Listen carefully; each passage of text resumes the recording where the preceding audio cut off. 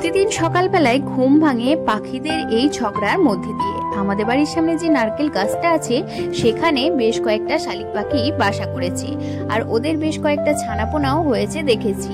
তো প্রত্যেকদিন সকালে আমার মনে হয় ওদের ওই জায়গাটা নিয়ে কোনো সমস্যা হচ্ছে, তো সেই নিয়ে ওরা প্রত্যেকদিন সকালে ঝগড়া শুরু করে দেয়।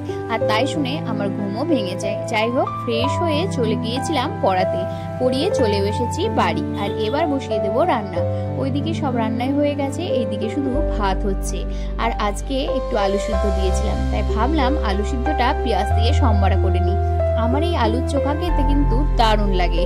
তো তারপর কয়েকটা জামা কাপড় ছিল, সেগুলো ভিজিয়ে দিলাম। কয়েকদিন ধরে এত পরিমাণে বৃষ্টি হচ্ছে যে মনে হচ্ছে আর রোদ উঠবেই না, তো সেই জন্য জামা কাপড়গুলো কাচা হচ্ছিল না। তো আজকে ফাইনালি জামা কাপড়গুলো ভিজাতে পেরেছিলাম। তো স্নান সেরে উঠতে উঠতে 2টো বেজে গিয়েছে। এইদিকে দেখি মা এখানে অনেকগুলো জামা কাপড় দিয়েছে, সেই জন্য আমারগুলো আর দেওয়া হলো না। চলো আগে ভাত খেয়ে নিই, আর তারপর এবারে সে জামা কাপড়গুলো দিয়ে দেব। তো এই আলুর চোখা হলে আমার কিন্তু এক থালা ভাত এই দিয়েই উঠে যায়। তার সাথে যদি একটুখানি মসুরির ডাল হয়, ব্যাস আর কিচ্ছু লাগে না। মাছ মাংস সব কিছু ফেল। তারপর যে জামা কাপড়গুলো ছিল সেগুলো একটু দিয়ে দিলাম, আর এবার একটু রেস্ট নিয়ে নেব। বিকেল বেলায় আছে পড়ানো। তো বিকেল বেলায় তো প্রচুর ঝড় বৃষ্টি হয়েছিল।